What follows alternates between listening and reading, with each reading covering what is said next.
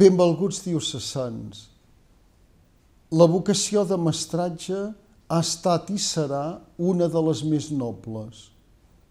Comporta per principi una atenció als altres en recerca del seu bé.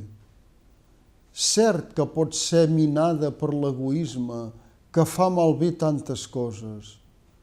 Tanmateix, però, sempre que el mestre torna a plantejar-se la identitat pròpia, recupera la mirada cap enfora. Els ulls oberts dels nois i noies, els ulls a voltes inquisidors, a voltes esllanguits dels adolescents, us guanyen l'ànima. Es fa veritat el pensament del pedagog Alexandre Galí quan deia: «La gent s'ha pensat que a mi m'interessava la pedagogia o l'escola, però a mi el que m'interessa és el nen». Els qui sou mestres cristians, viviu aquesta vocació des de la resposta al mestre que va passar fent el bé a tots i que no va venir a ser servit, sinó a servir i a donar la vida. Vosaltres sou doblement urgits a fer de la vida un servei. Ara bé, si el vostre guiatge és reclamat pel bé de l'alumne, ha de ser lògicament respectuós amb la seva persona i el projecte de vida que els seus pares tinguin inicialment per ell.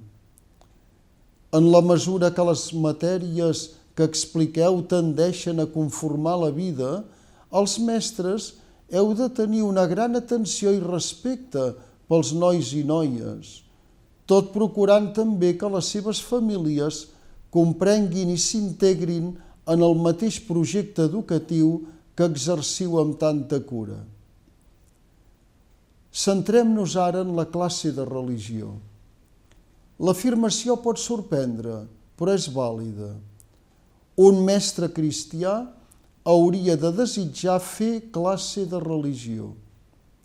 Si la religió és una de les matèries en la qual s'hi reflecteix i s'hi comunica vida, és lògic que un mestre que estima la seva fe desitgi transmetre els continguts i les raons d'allò que viu els alumnes que demanen aquest ensenyament. La classe de religió és, per al mestre, una forma d'identificar-se a si mateix i davant els altres companys de claustre.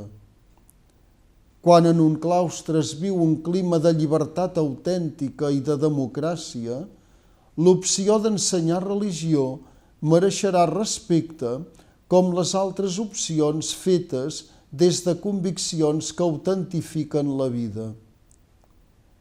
Cal fer la classe de religió amb la màxima competència.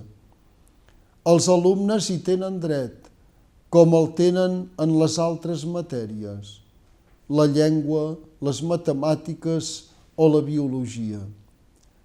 Ens cal una classe científicament ben feta tant pel que fa als continguts com a la pedagogia. Això, prou ho sabeu, demana preparació. Recordo finalment que les preinscripcions escolars del curs 2020-2021 seran del 23 de març a l'1 d'abril. És el moment en el qual els pares han de decidir en relació amb la classe de religió dels seus fills.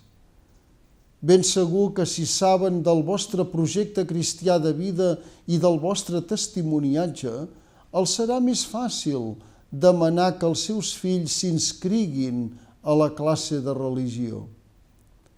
Encoratjo a tots els mestres cristians a mantenir el bon to i, com afirmava el Concili Provincial Tarraconense de 1995, que pugueu donar la deguda informació sobre el fet religiós i la cultura cristiana i sobre la seva incidència en la història, en l'art i en els costums del nostre país. Ben vostre. Adéu-siau i fins la setmana vinent, si Déu vol.